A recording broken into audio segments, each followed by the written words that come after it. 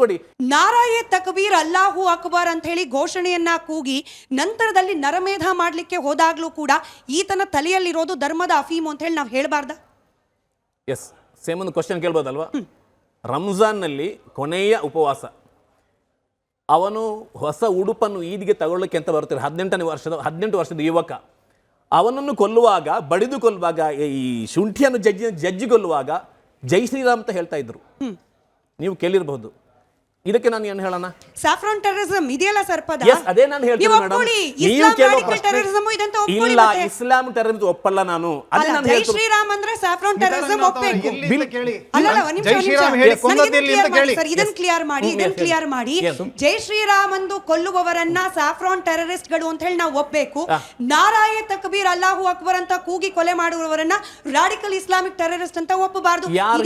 ನಾನು ಅದೇ ಹೇಳ್ತೀನಿ. ಇದು ಯಾವ ತರ್ಕ? ಮೊದಲಿಂದಲೇ ನಾನು ಹೇಳ್ತಿರೋದು, ಈ ಕೃತ್ಯಗಳಿದೆಯಲ್ಲ ಅದರ ಮೇಲೆ ಧರ್ಮಗಳನ್ನು ಲೇಪನ ಮಾಡಿ ನಮ್ಗೆ ಅಲ್ಲೂ ಇದೆ ಕೇಳೋಕೆ.